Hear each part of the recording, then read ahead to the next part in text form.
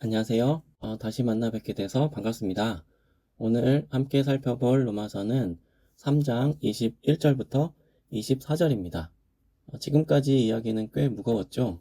하나님을 전혀 알지 못하는 사람도, 그리고 착하게 살아온 사람도, 종교적으로 특별한 배경을 가진 사람도 모두 하나님의 기준 앞에서는 부족하다고 했습니다. 그리고 하나님 앞에 변호할 입도 다 막혀 버렸습니다. 그리고 지난 편에 마지막에 이런 말로 끝을 맺었습니다. 그런데 이제는 율법 외에 하나님의 한 의가 나타났으니, 오늘 드디어 그 이야기를 시작하겠습니다.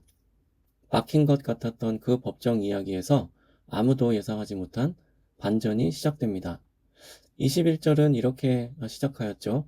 이제는 율법 외에 하나님의 한 의가 나타났으니. 여기서 이 이제는에 먼저 주목해 보면 좋겠습니다. 왜냐하면 로마서의 굉장히 중요한 분기점이 되기 때문입니다.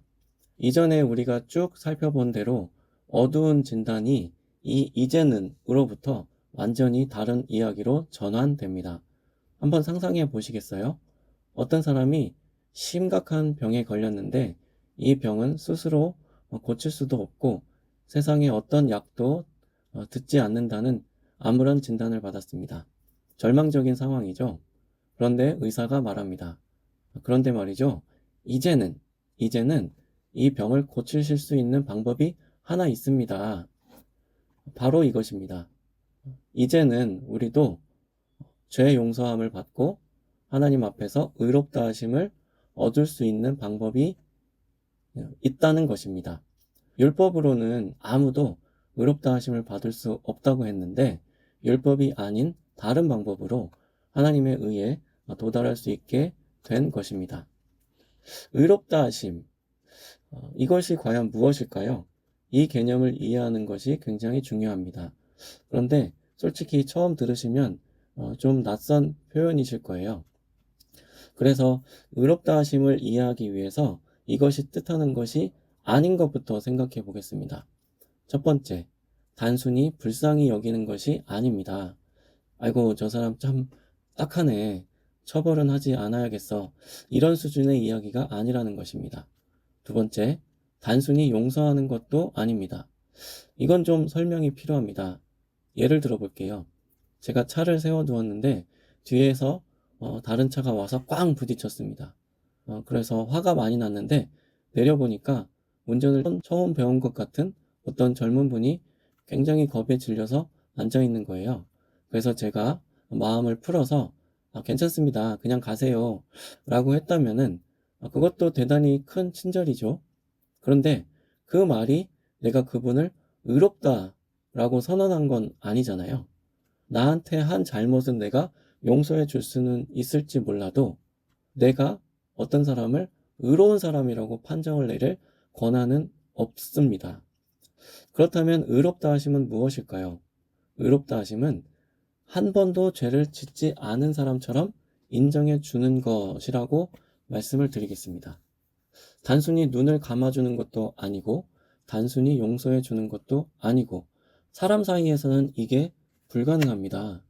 내가 완전하지도 않으면서 어떻게 다른 사람을 완전하다고 선언할 수 있겠어요? 그러니까 오직 하나님께서만 하실 수 있는 일입니다. 당연히 이런 질문이 생길 것입니다. 우리가 분명히 죄를 지었는데 죄가 없는 사람처럼 선언한다는 게 말이 되나요? 하나님이 그냥 눈을 감으시는 건가요? 이 질문이 굉장히 중요합니다.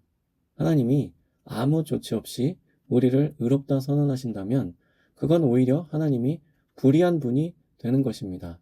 죄는 분명히 심판받아야 하고 그래야만 하나님이 의로우신 분이실 수 있으니까요. 24절에 그 답을 주고 있습니다. 그리스도 예수 안에 있는 속량으로 말미암아 하나님의 은혜로 값 없이 의롭다 하심을 얻은 자 되었느니라. 자, 여기서 조금 생소한 단어가 또 나왔죠? 속량. 속량이라는 것이 무엇일까요? 속량이란 값을 치르고 되찾아온다는 뜻입니다. 역사 속에 있었던 노예제도를 생각해 보실까요? 만일 내 가족이 빚을 갚지 못해서 누군가의 노예가 되었다면 그 가족을 데려오려면 어떻게 해야 될까요? 그 빚, 그 값을 대신 치러야 합니다.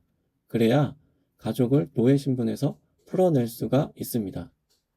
바울이 말하는 것이 바로 이것입니다. 우리는 죄의 노예입니다. 그 죄의 값은 반드시 치러져야 합니다. 그 값이 무엇일까요? 25절에 답이 나옵니다. 바로 예수 그리스도의 피입니다. 성경에서 피는 생명을 상징합니다. 레위기 성경 17장 11절에 보면 육체의 생명은 피에 있다고 했습니다. 그러니까 예수님이 자신의 목숨을 죄의 대가로 지불하신 것입니다. 그러니까 죄를 해결하려면 목숨을 내놓아야 하는 것이죠.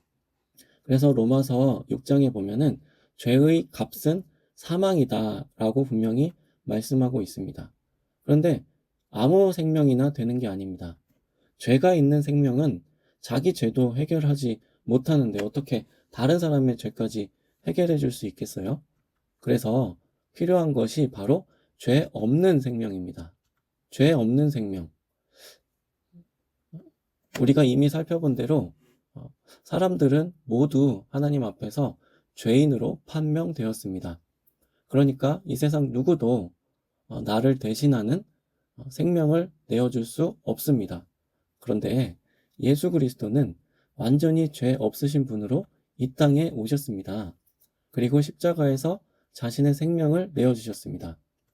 그 죄 없는 생명이 우리 모든 죄의 값을 완전하게 치르신 것입니다. 하나님이 아무 조치 없이 우리를 용서하신 것이 아닙니다. 예수 그리스도의 생명이라는 엄청난 값이 치러졌기 때문에 우리를 의롭다 하실 수 있게 된 것입니다. 지금까지 이야기를 한 문장으로 정리하면 이렇습니다. 하나님은 우리를 그냥 봐주신 것이 아닙니다. 예수 그리스도가 그 값을 대신 치르셨기 때문에 우리가 의롭다 하심을 받을 수 있게 된 것입니다. 이제 남은 질문이 있습니다. 이 놀라운 선물을 우리는 어떻게 받을 수 있을까요? 어떤 조건이 있을까요? 이것을 들으시는 분께서 하나님 앞에서 의롭다 하심을 받을 수 있는 이 놀라운 복음을 어떻게 받아들일 수 있는지를 꼭 들으시고 의롭다 하심을 받으시는, 구원을 받으시는 분이 되시기를 간절히 바랍니다. 다음 편에서 그 이야기를 이어가겠습니다. 오늘도 끝까지 봐주셔서 감사드립니다.